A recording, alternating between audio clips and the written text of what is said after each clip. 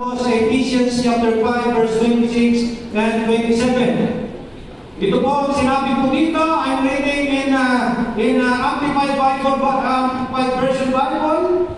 So that He might sanctify the church, having cleansed her by the washing of water with the word of God, so that in turn He might present the church to Himself in glorious splendor, without spot or wrinkle or any such thing, but that she would be holy, set apart for God, and blameless.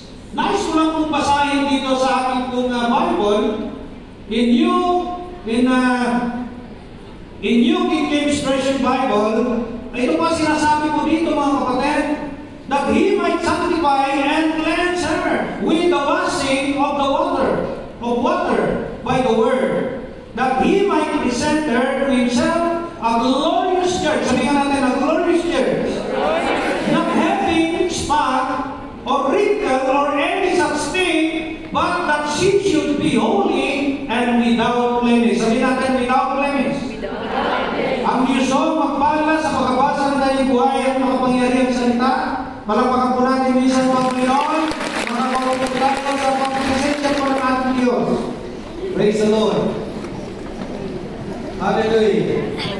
Nais ko pong magbahagi sa inyo ng isa pong mensahe na makikuha po natin dito po natin titignan sa Ephesians chapter 5 verse 20. Ito mga kapatid, in verse 27, ginawa niya ito para maiharap niya sa kanyang sarili ang iglesia malwalhati, banal, walang kapintasan at walang anumang bahid o bungis. So meron pong tinutukoy po ng Panginoon dito mga kapatid. Ang tinutukoy po niya dito na simbahan ng iglesia or the church ay tinutukoy po sa bawat isang sa atin. Sapagkat tayo po ang tinutukoy po dito church na nais po ng Panginoon na maging malinis sa kanyang harapan. Ito po, tayo po lahat ang i-prepare ng Panginoon upang maharap sa kanyang sarili ang isang simbahan o church na walang bahid, malwalhati, glorious, at walang bungis. Sa iba't ibang translation po mga kapatid, a radiant church. Kaya po ito po ang aming pong title sa aming pong ibabahagi sa inyo, a radiant church of Christ Jesus. Ito po yung nais ng Panginoon na maiharap sa kanyang sarili ang isang malwalhating church. Because you and I is the church of God. The community of believers called church or iglesia in Greek word. Tayo po yung binabanggit ni San Pablo na ginawa ng Panginoon ng isang bagay para yung sarili ng bawat isang sa atin. Haharap po tayo na walang bungis, walang bahid ng anumang karunihan sa harapan po ng ating Panginoon. Tayo mo'y nilinis ng ating Diyos. Amen? Amen po. Kung sabihin mo sa katabi mo, ikaw pala tinutukoy nito. Tayo po yung glorious church. Kaya yung ating pong team, na yung one na ito, mga kapatid, ito po yung panawagan akon. Akon, a revival, akon to uphold a glorious church. Akon to uphold the vision of a glorious church. So ang ating Panginoon, mag-vision po ng ilang binivision niya sa glorious church or a radiant Christian. Amen? Isang nagniningning na buhay ng isang Kristiyano na ito'y maiharap niya sa kanyang harapan na walang bahid, walang bungis. Kaya yun po yung binivision ng Panginoon, yun po yung panawagan ng ating Panginoon, according to uphold the vision of a church or of a glorious church. Isa pong maligning na church ang binivision mo ng ating Panginoon at ito. Nais ng Diyos, pag-i-uphold mo natin, pagkawagan mo natin ito, isa pa buhay natin ang isang buhay na maging karapat-dapat sa ating pong Panginoon. In Ephesians 5:26-27, Paul writes about the profound relationship relationship between Christ and the church. So ito po yung sinulat ni San Pablo, mga kapatid, between yung relationship ng ating Panginoon between Christ and the church. Yung relationship po natin sa ating pong Panginoon. So these verses illustrate the transformative power of Jesus Christ's love and the sanctifying work He accomplishes in us. Meron pong paglilinis na inaccomplish po ng Panginoon sa atin. When He gave His life on the cross of Calvary, tumigil sa kanyang dugo, namatay siya at siya po'y nilibig, and after 3 days siya po'y nabuhay, at siya ngayon, He is now in the right hand, He is now sitting in the right hand of the Father in heaven. At alam po, nakatunghay mo sa akin. At ang benepisyo niya sa bawat isa sa akin is a glorious church, a radiant church. Amen? Yun po yung pinanalis ng Panginoon sa bawat isa sa akin. Kaya Paul emphasizes that Christ's love is not passive, but active and transformative. He does not simply accept us as we are, but He seeks to make us holy.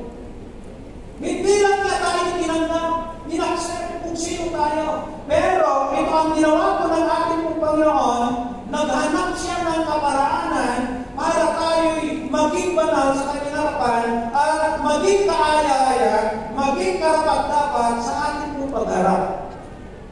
Amen po? Kaya yun po yung benepisyo ng Panginoon sa atin. A radiant church or a glorious church. At yun po yung panawagan po sa atin ng ating pong Panginoon. Kaya tingnan natin yung lalim ng pag-ibig ng Diyos. Unang-una, the depth of Christ's love. In His epistles, St. Paul reminds us that the depth of Christ's love and His commitment to our transformation, we are called to be a radiant church. Ano po ibig sabihin ito? Set apart and holy, reflecting His glory to the world. Next slide po. Sabi po niyan, ang sabi po ng ating pong Panginoon dito, or sabi po ni San Pablo sa kanyang sinulat, inire-remind ko ang bawat isa sa atin ang lalim ng kanyang pagmamahal. Ang lalim ng kanyang pag-ibig. Ito po yung inire-remind ni San Pablo nung isinulat po niya ito. And His commitment. Yung commitment ng ating Panginoon na tayo pong lahat ay ma-transform. Kaya po sinabi po ng salita po ng Panginoon, yung lalim ng pag-ibig na ibinigay niya kanyang buktunan na sino ang sumampalataya tumanggap sa Kanya bilang Diyos sa sariling nakapagligtas ay hindi na mapahamak kundi magkaroon ng buhay na walang hanggan. Yan po yung sinasabing lalim ng pag-ibig ng ating Panginoon sapagkat nakita ng Diyos na ang lahat ng mga tao are destined to eternal damnation. Sapagkat sinasabi ko ng Romans 6:23, for the wages of sin is death, but the gift of God is eternal life through Christ Jesus.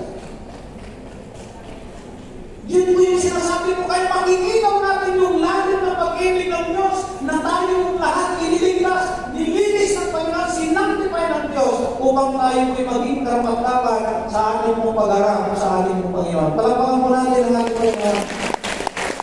So we are called to be a radiant church, set apart and holy. Tayo po ay tinawag ng Panginoon bilang isang glorious church. At tayo po ay itinalaga na maging banal sa kanyang harapan. At ito po ay mag-reflect yung kabanalan ng kalinisan sa buong mundo, sa lahat ng mga tao. Amen? At kapag nakita ang iyong buhay na ikaw ay nabubuhay sa kalooban ng ating Panginoon, hindi ka pa man nagsasalita, gusto na niyang sumama sa iyo at ma-born again. Amen? Yun po dapat ang re-reflect po tayo. This speaks to the core of our identity as a believers. We are called to reflect Christ's character. That written in Ephesians, in Galatians chapter 5, verse 22 and 23. Yan po yung characteristics ng ating Panginoon. At yun po dapat tayo po tinawag ng Panginoon upang i-reflect ang kanyang character. Ikaw at ako ay tinawag ng Diyos. Sabihin mo sa katabi mo, tinawag ka ng Panginoon. Kaya ito'y nagsasabi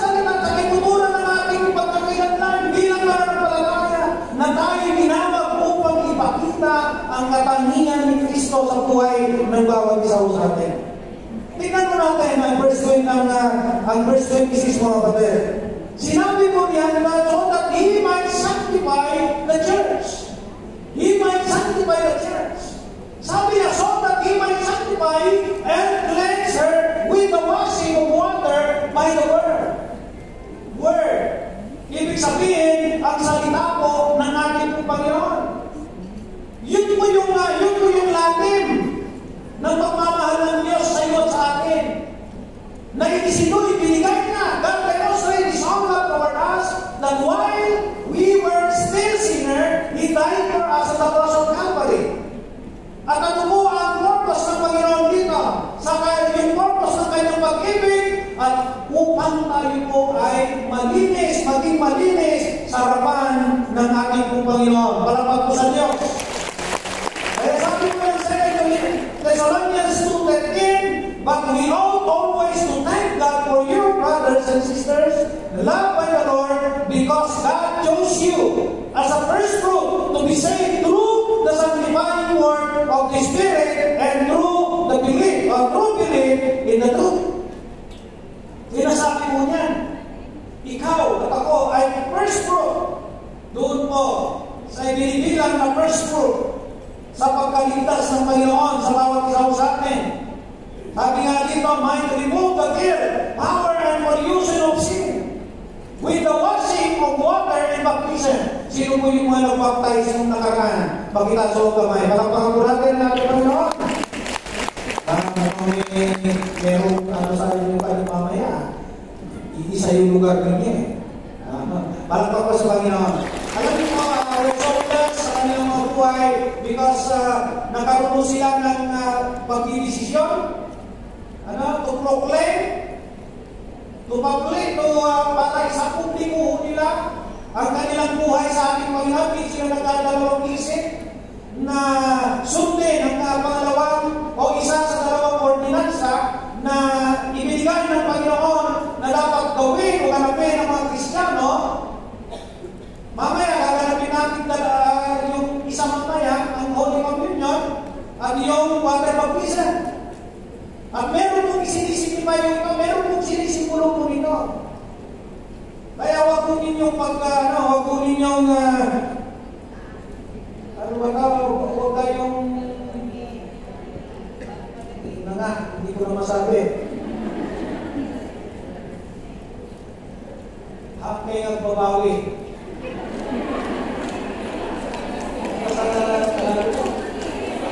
Huwag kayo magsisi na kayo ay nag-undergo sa baptism. Sapagkat yan po nung kapakita na hindi nyo ginagaya ang ating Panginoon na nagmahal ang nagbigay ng buhay nagbigay ng kanyang buhay para sa iyo sa akin. Amen? Amen po. Malakas na malagpagpunan ng Panginoon.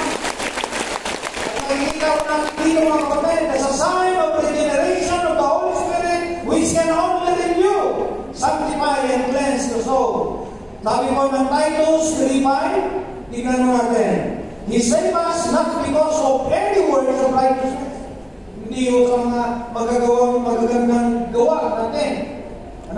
That we have done, but because of His own compassion and mercy, by the cleansing of the new birth. Ito po yung spiritual transformation, regeneration, and renewing by the Holy Spirit. Kaya tayo po'y sinave ng Panginoon, hindi dahil maganda ka, gwapo ka, hindi dahil mayaman ka, matalino ka, o hindi dahil sa kabaitan natin, but because of His own compassion and mercy, by the cleansing of the new birth. Yan nung ikaw ay ininubo. At pagkaon mo, anong nakita mo? Nakapikit po kayo ng mamaya? Yun po yung sinasabi ng 2 Corinthians 5:17. All things, inilubog yung all life natin. Pag-ahon mo, yan po yung sinasabi niyan, regeneration, transformation. Ikaw ay bago ng nilala. All things have passed away and new things have become new. Ayan. Doble yun yun.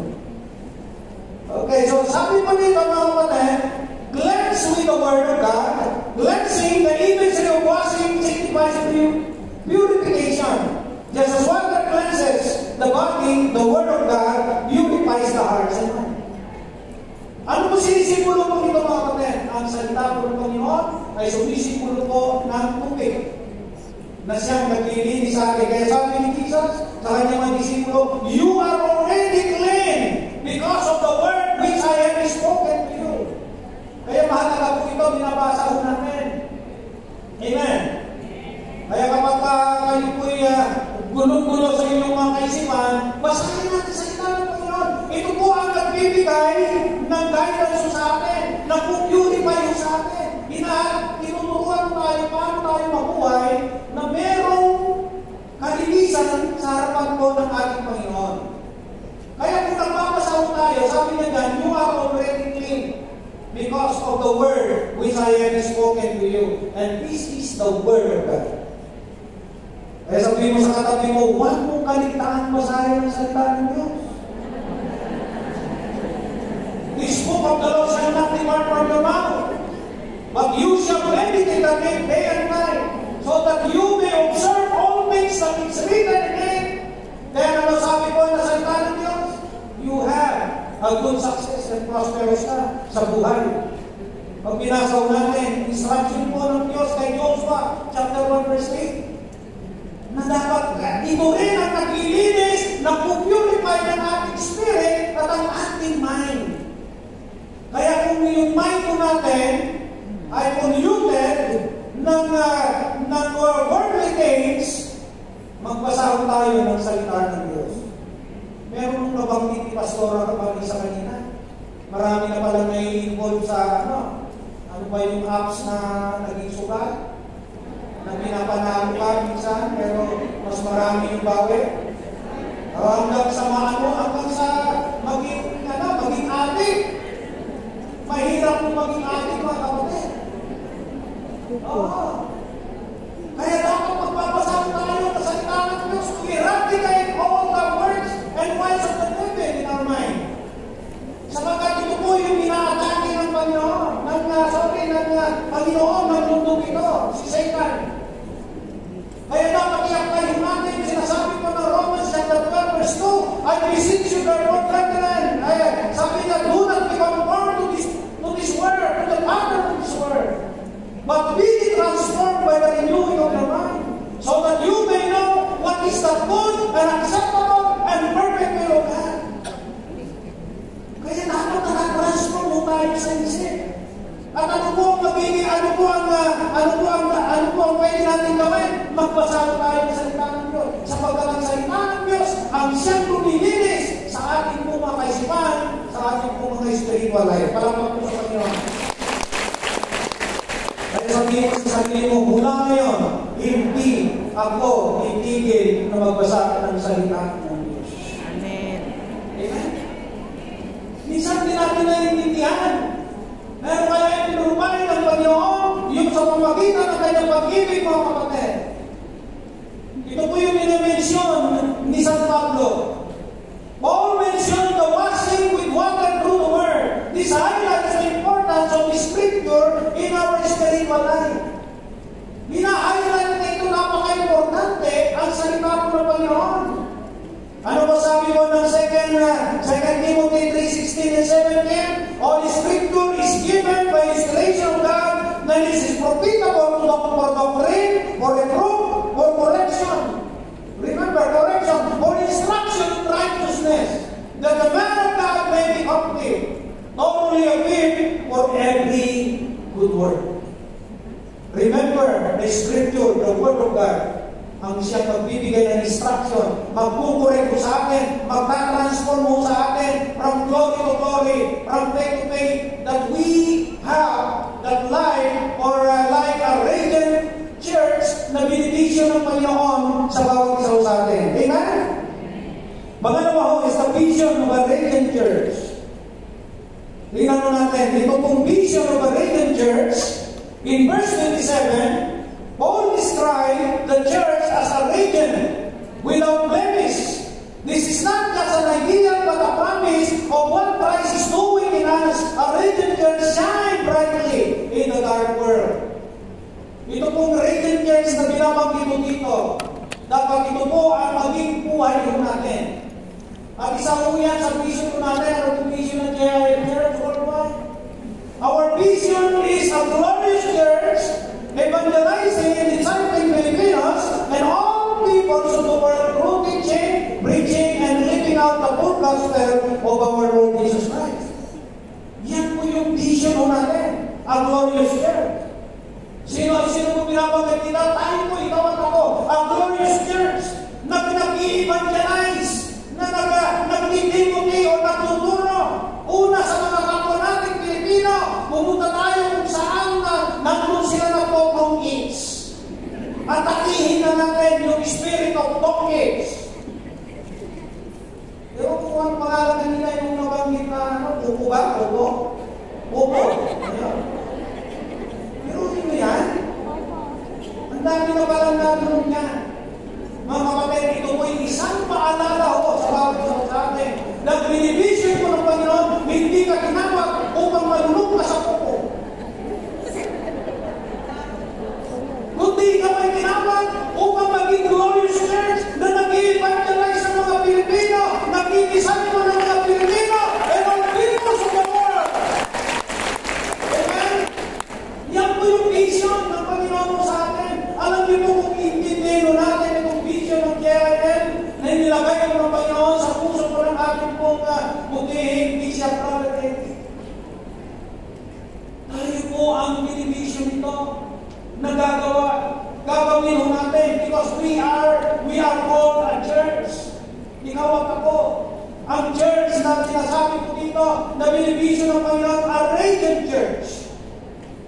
Na habang kahit ikaw ay magsalita pa lang, salita po ng ating Panginoon, ang mga nakakarinig ay nalilipat. Hindi yung kapag yun po yung isip mo. Sa apps ni Popo, sigurado yan. Pagdating ng panahon, para ka na nagdadamit na Popo. Diba? Oo. Mag-ingat po tayo mga kapatid. Hindi ko po ito, I do believe na ito po yung paalala, warning ng ating po Panginoon. If you want to be successful in life, sayang yung mga sayang yung mga nagpapatawag nyo. Dapat pag-Jollibee na lang yung mga anak nyo. Amen?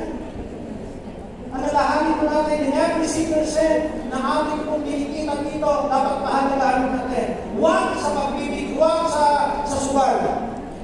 Kundi, ito po'y magamit para sa kapurihan ng ating Panginoon, magamit sa ating mga pamilya. Amen? Sabi ko dito, that He might present into Himself. Ito po yung sinasabi ko dito, a glorious church. That He might present to Himself, verse 27, that being purified, renewed, and adorned as a bride prepared for her husband, He might place in His immediate presence a glorious church. A glorious church. Ano ba sinabi niya? Without blemish.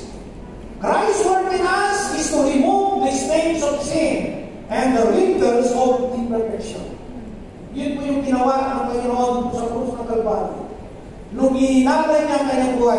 This is a continual process of sanctification that requires our cooperation. Hindi naman yung glorious church o radiant church, hindi naman overnight nangyayari. Ibig sabihin araw-araw. Continual process. Hindi nangangahulugan, ikaw ay banat kahapon, banat ka pa rin ngayon, banat ka pa rin bukas. It is a continual process. Kaya mahalaga po yung sinabi ni San Pablo na isang pabuhay yung natin, sabi niya, yung buhay natin, lagi natin pinaalay sa Diyos. As a living sacrifice. Romans chapter 12 verse 1, I beseech you therefore, brethren, by the mercies of God, that you may present your bodies as a living sacrifice, holy and acceptable to Him, which is your reasonable service. Second translation, this is our act of worship. Kaya mag-isip natin sa umaga ini, bago ka man sakupin ng spirit ng grupo, ay iaalay mo yung buhay mo sa Diyos. Amen? Nakakatawa, pero grupo ito. Before na masaturate mo natin ng any evil spirit, mag-isip mo mapagdilat pa sa umaga, Lord, I offer my life unto you as a living sacrifice. Please, offer my life. life, over my mind, and over my body. Amen? Amen po. Kaya yun po yung dapat natin yun po yung nais na may present ng Panginoon sa kanyang sarili, ang church na banal sa kanyang harapan. Holy. So the term holy refers of being set apart. God designed for us to live lives that are distinct and reflect His glory. Yan po yung katotohanan. Ang dinidesign po ng Panginoon sa bawat isa sa atin na tayo po'y mabuhay ay yung nagre-reflect ng glory ng Panginoon. Na kahit saan ka pumunta, sabi lang nga iyong makakasalubong, I have seen the glory of God in our life. Ikaw ay naglalakad na parang you are a living Bible. Isinasapabuhay ang salita ko ng Panginoon. Kaya yung glory ng Panginoon, nakasyan sa buhay natin. Kaya makikita niyo mga kapatid, akala niyo lang yung mga ibang puspos ng salita ng Diyos. Akala niyo walang problema yung meron. Pero bakit? Yung kanyang mukha, parang mukha ng anghel. Bakit yung kanyang mukha ay hindi mukhang 50? Bakit? Puro-puro na salita ng Diyos yan. Pero tapunin mo, yayain mo kumain, sabi niya, wala akong pera ngayon, pero tawa siya ng tawa. Yun po yung sikreto. Amen. Na tayo po'y puno-puno na salita ng Diyos. At yan po yung dinidesign ng Panginoon. Na mayroon, alam nyo, pagkatali pa sa'yo ay nabubuhay sa kabuban ng Panginoon, ay nagre-reflect ho yung kabanalan ng Diyos sa buhay natin. Siyempre, hindi tayo gagawa ng isang hindi magandang gawain sa harapan ko ng ating Panginoon. Amen? Reverse ito. It refers to being set apart. Nakatalaga sa ating Panginoon. At yan po yung dinay-desire ng Diyos. Mag-reflect yung glory ng Lord sa iyong buhay. Sabihin mo sa katabi mo, you must be a reflector of God's glory. 1 Peter 1:5-15-16, but as he called you is holy, you also be holy in all your conduct. Because it is written, be holy, for I am holy. Salita po ng Panginoon. Be holy, for I am holy. Kaya yan po yung ninanais ng Panginoon, that He might present it to Himself a radiant church sa kanyang sarili. Amen? Pangatlo is our response to be a glorious church. Sabihin natin, our response to be a glorious church. Kasi kailangan natin mag-respond. Kailangan natin meron tayong response doon sa panawagan. At papaano tayo makakapag-response? A radiant church of Christ Jesus embodies several keys, characteristics that reflect both the mission of the church and the nature of its church member. The mission and the nature of church member. So ano pong ibig sabihin? What it means to be a radiant church of Christ Jesus? Ano pong ibig sabihin ito, mga kapatid? Ano ang dapat natin gawin? Ang mga tatawaging radiant church, sila po ay nabubuhay na nag-ining. They live radiantly. So we need to live radiantly. Sabi nga na sa katabi mo, you need to live radiantly, or we kailangan natin mabuhay na nag-ining sa harapan na natin Panginoon. So ito po yung dapat natin intindihin, mga kapatid. We must understand that the first key to be effective in living a godly life is to know what has done or what God has done for us. Ano bang ginawa ng Diyos sa buhay natin? Diba? Meron tayong iba't ibang testimony. Meron tayong iba't ibang testimony. So isipin mo natin, ano ginawa ng Diyos sa buhay natin? So kailangan maintindihan natin. Para ito po'y magtutpak sa bawat isa sa atin na tayo po'y mabuhay na meron kabanalan, ibig sabihin, kapag tayo po'y nabubuhay na ayon sa kalooban ng Diyos, nagniningning ho ang buhay ng bawat isa sa akin, and that is a glorious church. Amen? Amen po. Kaya napakahalaga ho, mga kapatid, na this forms the foundation of our response only as we understand and rest in how God has acted in Christ are we able to act through Christ also. In terms of our aspect of our salvation and all that it brings, we must know and consider that God has done it all. Lahat po yan, ginawa na ng Panginoon po para sa atin. Ang gagawin lang natin sa pamuhay natin. Yung lahat ng procedure na tayo ay maging radiant church, tayo ay maging glorious church, na i-provide na lahat ng ating Panginoon. At nais lang ng Diyos, isa pamuhay natin ang kanyang salita. Amen. And as we grow in holiness, let us reflect that in our interaction with others, becoming a beacon of hope and love in our church. Kaya dapat ang buhay natin, meron pong tinatawag na Christ-centered life. Sabihin natin, Christ-centered life. Dapat doon nakatuon lang kay Kristo. Nakasentro sa Panginoon ang buhay natin. Amen. Hindi sentro kung kani-kanino. Dapat sentro lang ang buhay natin ay kay Kristo Jesus na siyang nag-aalay ng kanyang buhay upang tayo po ay magkaroon ng buhay na tinatamasa natin ngayon. Amen? 2 Corinthians chapter 3 verse 18. So all of us who have had that veil removed can see and reflect the glory of the Lord, and the Lord who is the Spirit makes us more and more like Him as we are changed into His glorious image. Pwede ba nga na, hilingin ko lang doon sa ating mga kapatid sa Wakman. Ipalabas mo nga yung New King James Version Bible. Meron po siyang maganda ho, meron din siyang sinabi po doon. Pero napakaganda ito kasi ay simplify para maintindihan natin na yung buhay natin, binago ng Panginoon into His glorious image. Sige nga, 2 Corinthians chapter 3 verse 18, New King James Version Bible.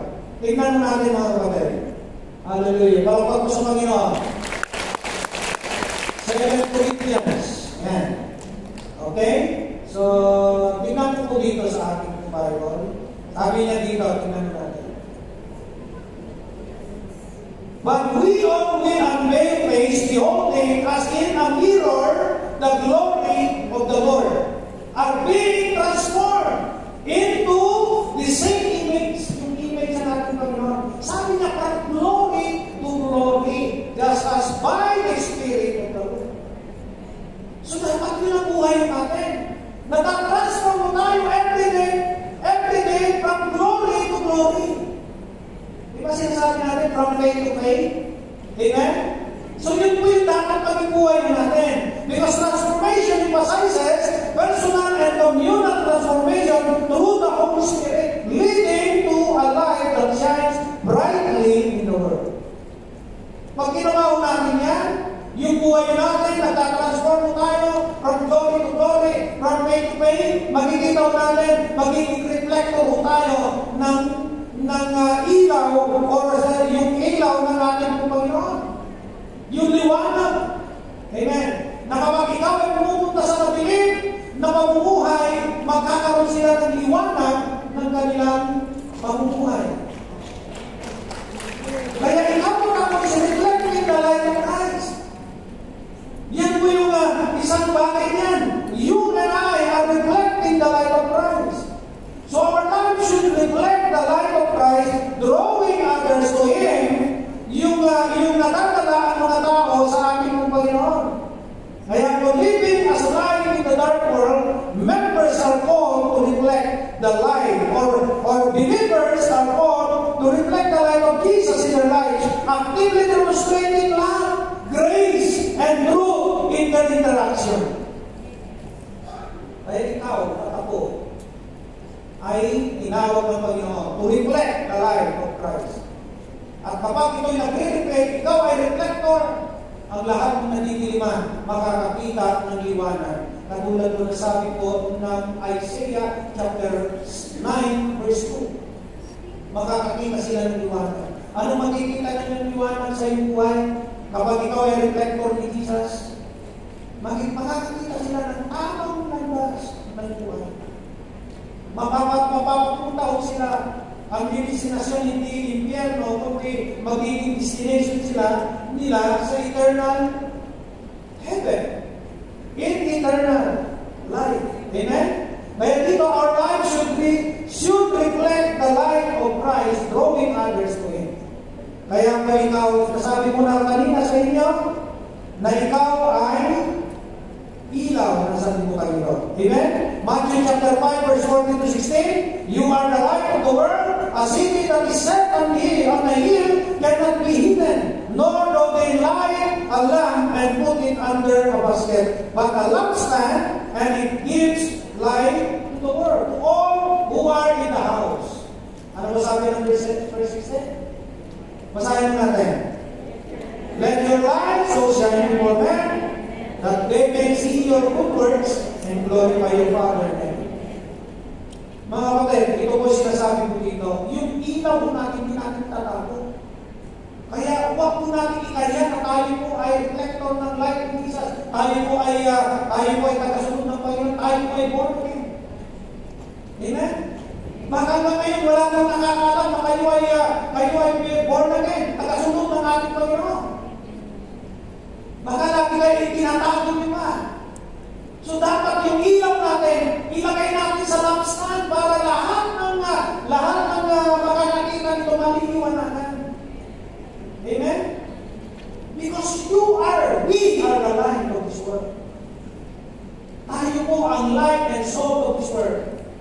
Na kapag tayo po ay naglalakad sa madilim na bahagi ng buhay ninyo, makakakita ang mga nagdidiliman ng liwanag at magkakaroon ng batas. Pag ikaw ay pumupunta sa mga buhay na nabubulok, dahil ikaw ay asin sa sanlibutan ito, yung buhay na yun napipreserve. Because soul is prayer, napipreserve po ito. At sinasabi ko ng salita ng Diyos, you are the light and soul of this world. Amen? Kaya huwag po natin ikahinaan na tayo po'y tinawag ng Panginoon. Sabi mo sa katabi mo, huwag kang mahiya na ikaw ay alagad ng Kristo. Remember yung sinabi mo na isang Pablo ng kapatid. Romans chapter 1 verse 16, I am not ashamed of the gospel of Jesus Christ, for it is the power of God to salvation for those who believe. Huwag tayong ikuwag natin ikahiya, huwag tayong mahihiya, huwag tayong matakot na ibahagi ang salita ko ng ating Panginoon. As a light of this world, we need to share the gospel of Jesus Christ. Amen. Amen po. Amen. So it recognizes the call to be light, not locally, but also globally, engaging in mission and supporting efforts to spread the gospel. So what is the role of a church, of our Christian in this world? In order to fulfill their purpose of reflecting God's light, the church must find their identity in Christ alone. Ano po ang identity mo natin? Light and soul of this world. Amen? Kaya kailangan tayo lang. Meron tayong sinasabing mission-oriented tayo. Mission-oriented. Sabi ko dito, a commitment to fulfill the Great Commission by sharing the gospel and making disciples and to adhere the JIL humble mandate and the no-CEO prescriber policy in every life. Dapat po ito yung buhay natin. Mission-oriented po tayo. Na nakakabiro tayo, inaboto natin yung mission ng ating Panginoon. Ano ang mission na binigyan ng Diyos? Ano mandate na binigyan ng Diyos sa JIL Hong Kong? Go and preach the gospel to all creation.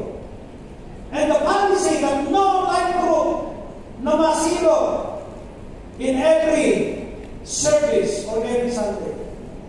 Ilan ho ang life group ng high school? Ilan ho ang life group? 100.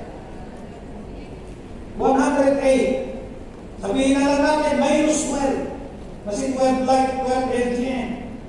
Ang dami ninyo. 96 light group. Biruin natin kapag mission-oriented tayo mga kapatid. Mag-adhere lang tayo. Ilan ang light group yung 96? Dapat 96 minimum in every service ang ating Palestine. Parang mayroon ano? Pero there is nothing impossible. Alam niyo kung pagtulungan nyo, yung isang kaluluwa lang naman sa every light group. Ilan kayo sa isang light group? Marahil meron kayong 7, 8. 8 yung nagpipray. Isa lang yung inyong pinagpipray sa Panginoon. Kahit magbigay ng Diyos ng more than one, basta isa lang yung minimum na hihingi natin sa Panginoon every Sunday. Siguro hindi ba natin kaya gawin yun? At makikita natin, nagtubig po yung natin, the next service natin, umaapaw ang may siguro. Remember, 96. Isa lang, isang light group, pagtulong-tulong na nila, bombard heaven. Sabihin natin sa Panginoon, Panginoon, hindi kami makaya na walang padala ng isa man sa light group namin sa Sunday. Kaya ang Diyos pag nakita ng Panginoon, yung sincerity ng ating pong ipinapanalangin sa Kanya, hindi lang iisa ang ibibigay. Pati yung hindi mo ipinanalangin, ibibigay. Amen? Kaso ng kamay ng mga light group leader dito. Sige, huwag po kayo mahiya. Hindi ko naman kakabisaduhin ng mukha nyo. Make a commitment to God. Na yung light group po natin makapagdalaw tayo kasi yan po yung vision. Yan po yung vision ng Panginoon. Ano po yung vision natin? Sabi mo ng mission mo niya to bring all people to the kingdom of the living God regardless of race, status, belief, and religious affiliation through the saving, healing, delivering, and transforming power of the Lord Jesus Christ. Kaya tayo pinakabuto natin yung sinabi ko ng Mark 16:15, and He said to them, go into the world and preach the gospel to every creature. Matthew chapter 20, verse 19 to 20, go therefore and make disciples of all nations, baptizing them in the name of the Father, and of the Son, and of the Holy Spirit. Teaching them to observe all things that I have commanded you, and know I am with you always, even to the end of the age. Sabihin nga natin sa ating sarili, Lord, I want to be a missionary. Amen? Remember mga kapatid, we are called a soul-winning church. Tayo po ay tinawag na soul-winning. We are a church whose heartbeat is the heartbeat of God for the salvation of perishing souls. As a church, we exemplify a lifestyle of evangelism so that the soul are won for the eternal kingdom of God. Ito po yung natin. Universal perspective and recognizes the call of a mission. And be alive not only locally but also globally, engaging to spread the gospel. Engaging to spread the gospel of our Lord Jesus Christ. Nasa 12 distinctive of JIL worldwide. Ito pong soul, tayo po a soul-winning church. Amen. Kaya po, we need to consistently living by the Word of God. Sabi nga natin, living by the Word of God. Consistently. Ibig sabihin, tuloy-tuloy yung yan. Amen? First Peter chapter 2, 1, 22, 23, now that you have purified yourself by obeying the truth, so that you have sincere love for each other, love one another deeply from the heart. For you have been born again, not of perishable seed, but of imperishable through the living and enduring Word of God. Kailangan ito po yung buhay natin mga kapatid. Make a commitment to regularly engage with the Scripture. It is through the Word of God that we find truth, guidance, comfort, and success. Proverbs chapter 30 verse 5, every word of God is tested and refined like silver. He is a shield to those who trust and take refuge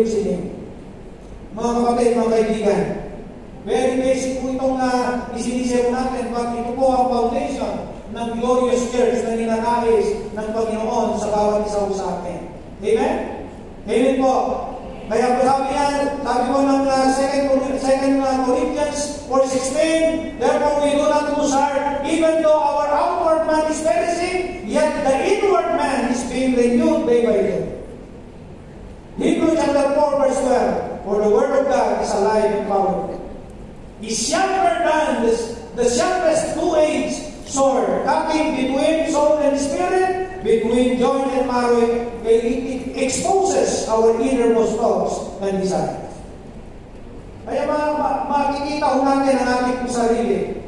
Kapag ito po ay nabubuhay mo tayo consistently through the Word of God, we will find ourselves in an intimate relationship with God. At makikita ho natin, we are glorifying the Word and enjoying the very presence of our Creator. Amen? In every service na gagawin natin para sa Diyos.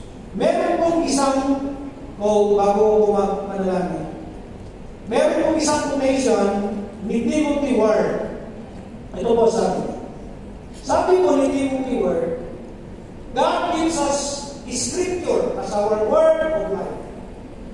The trustworthy, clear, and sufficient means of knowing Him and remaining in covenant relationship with Him. In the power of the Holy Spirit. Yung kapangyarihan naman ng Espiritu. Right up until the day we shall no longer need it. Because then we shall see face to face. Darating ang panahon na hindi na natin kailangan magbasa ng Bible. Darating ang panahon makikita natin face to face ang isinulat sa Bible. Remember, the Word of God is very powerful to change our situation. Because the Word of God, sinasabi ko ng John chapter 1 verse 1, in the beginning was the Word, and the Word was with God, and the Word was God. So kapag ang setup ng Panginoon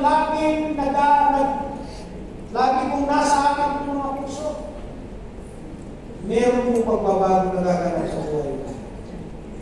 Kaya po mga kapatid, let us embrace His Word and allow Him to watch over us, preparing us to do good works He has planned for us. And to live by God's Word includes giving, worshiping God in all our life. Tayo po'y tinagurian ang worshiping. Sabihin natin, ang worshiping. Ito po yung division ng Panginoon. Lahat po tayo sumasamba sa Panginoon. Marami pong form of worship. We can worship God in listening His Word. We can worship God in doing His will. We can worship God in giving.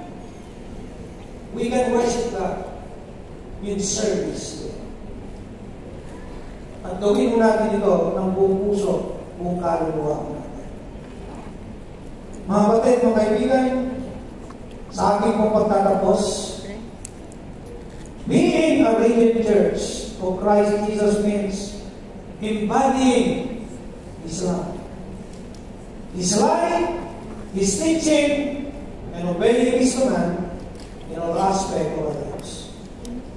Ibig sabihin, the command of Jesus, including the mission, the command of Jesus, ay kapag ito po ay sinunod natin in all aspects of our lives, makikita ko natin yung vision ng Panginoon na nais sa buhay natin. A radiant church or a glorious church. Tayo po lahat tayo tumayo sa oras na ito, mga kapatid. Hallelujah. Glory, glory.